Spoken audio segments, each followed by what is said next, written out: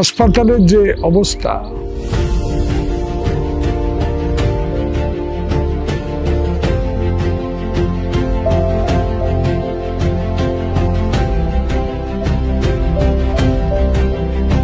এই অবস্থা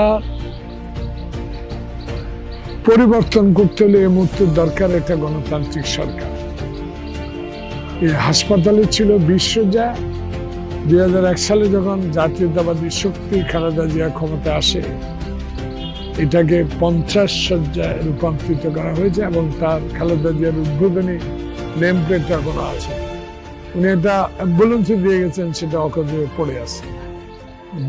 বিগত দিনগুলোর এই হাসপাতালের যে অবস্থা, সেটা নিজে আপনারা দেখেছেন। সেগুলা ইনশাল্লাহ আমরা স্বাস্থ্য খাতে তারেক রহমানের যে অভিলাষ, যে plan, we have a plan, শিক্ষা, স্বাস্থ্য, ক্রীড়াঙ্গন, এই প্ল্যানের মধ্যে এটা পড়বে ইনশাল্লাহ।